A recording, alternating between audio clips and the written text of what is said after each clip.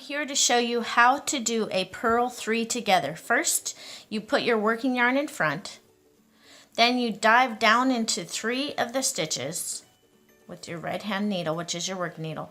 Counterclockwise wrap around that needle and bring your working needle out from underneath those 3 stitches.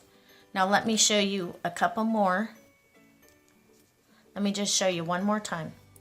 Working yarns in the front, dive down into the 3 stitches, and if you have to wiggle, just go ahead and wiggle it, it's fine.